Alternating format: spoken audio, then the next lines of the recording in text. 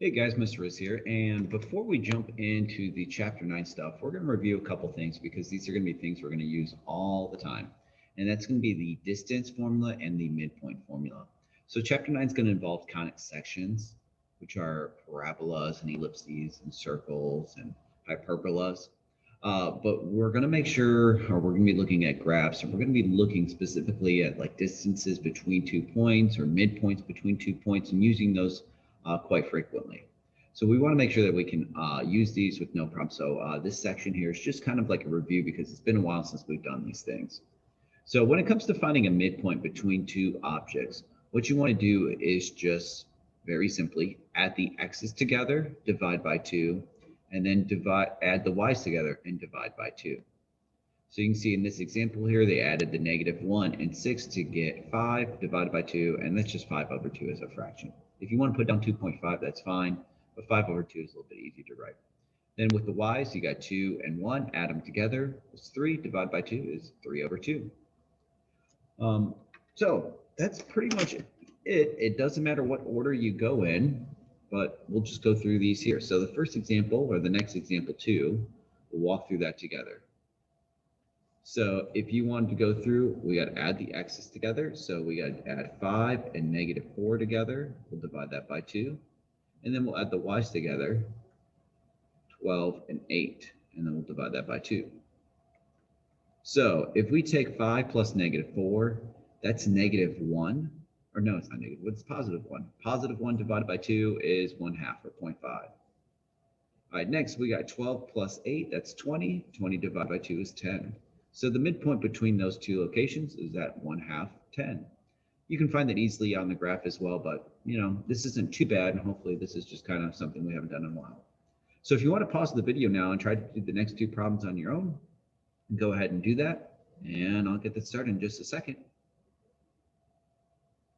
All right, let's see if you got your answers right. So the first problem here, if we add the x's together, -4 plus 3 is -1. Divided by 2 is -1/2. The y's, we got 7 plus 9 is 16. 16 cut in half is 8. So the midpoint between those 2 points is -0.5, 8. On the next problem here, if we add the x's together, 8 plus -1 is 7. 7 divided by 2 is 3.5, or just 7 over 2. 2 plus -5 is -3. -3 over 2 excuse me, is -1.5. All right, hopefully you did all right with the midpoints. Usually those are pretty easy.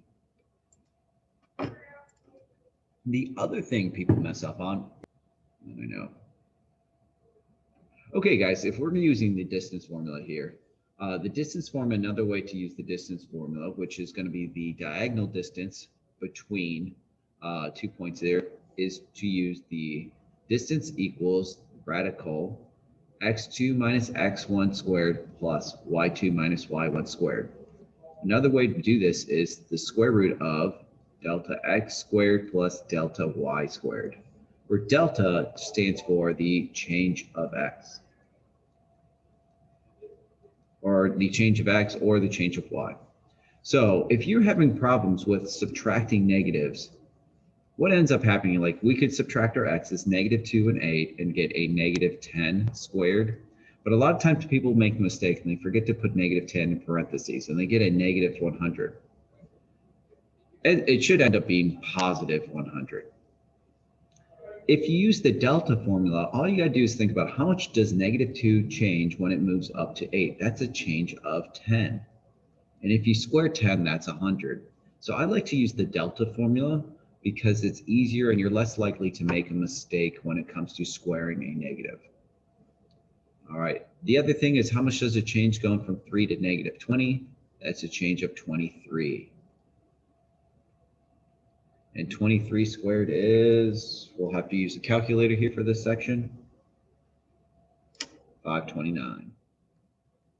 Okay, so once we go through and find out the change in x, and we square that number, and the change in y, and square that number, we add those two together, and we get 629. Now, there's two different ways we can do this. What we should do is actually break down what 629 is. So let's see. 629, does that divide by 3? That does not. 629, can we divide that by, it doesn't divide by 4 or 5 or maybe 7? No. 629 divided by 11? No. 629 divided by 13? Just checking prime numbers on my calculator here. 629 divided by 17? Oh, 17 and 37. But that's not promising. I don't think 37, that doesn't divide by anything, does it? No. Okay, so the square root of 629 is just the square root of 629. The other thing we could do is just figure out the decimal approximation of that. The square root of 629 is about 25.08. So if we were trying to find another way to do distance formula, especially when you have a graph, if we're trying to find the distance between those 2 points, what you could have done is actually broke down into a triangle. Because this is our hypotenuse here. And if you like doing Pythagorean theorem, you can see the length from the -2 to 8 is a length of 10. And going from -20 up to 3, that's a change of 23. So there's your 2 sides. There's your 10 and your 23 back from your distance formula. If you didn't know, distance formula is just Pythagorean theorem. Okay, so let's try to do the next problem. And have you guys pause the video now, try them on your own, and we'll see if you got these right. Okay, let's check our work here. So this first problem here, the change from 3 to 13 is a change of 10. And the y is the change from -5 to -11 is a change of 6. So we should have 10 squared and 6 squared, which would be 100 plus 36. That'd be the square root of 136. Now the square root of 136, let's see, what does that break down to? We can divide that by 4, I think. It's 4 and 34. 2 and 2. 34 is 2 and 17, and I think that's it. So we have a pair of 2's. So the exact answer would be 2 radical 34, because these do not have partners. We multiply them together. Now, if you wanted to use decimals here, the square root of 136 is about 11.66. So either answer is fine for that one. I mean, this one's good. That's probably the best one you can do, because when it comes to doing things later on in the chapter, that's what you want to use. So that one's okay for right now. All right, and then B here, the change from 8 to -2, well, that's 10. The change from 1 to 9 is 8. So we got 100 plus 64. That's the square root of 164. All right, let's break down 164. We can divide that by 4. That's 4 and 41. All right, 41 is 2 and 2, or 4 is 2 and 2. Does 41 divide by anything? No. 7, no. I don't think 41 really breaks down, does it? I can't think of anything off the top of my head. And so all we can have here is a pair of 2's and a 41 by itself. So this would be 2 radical 41.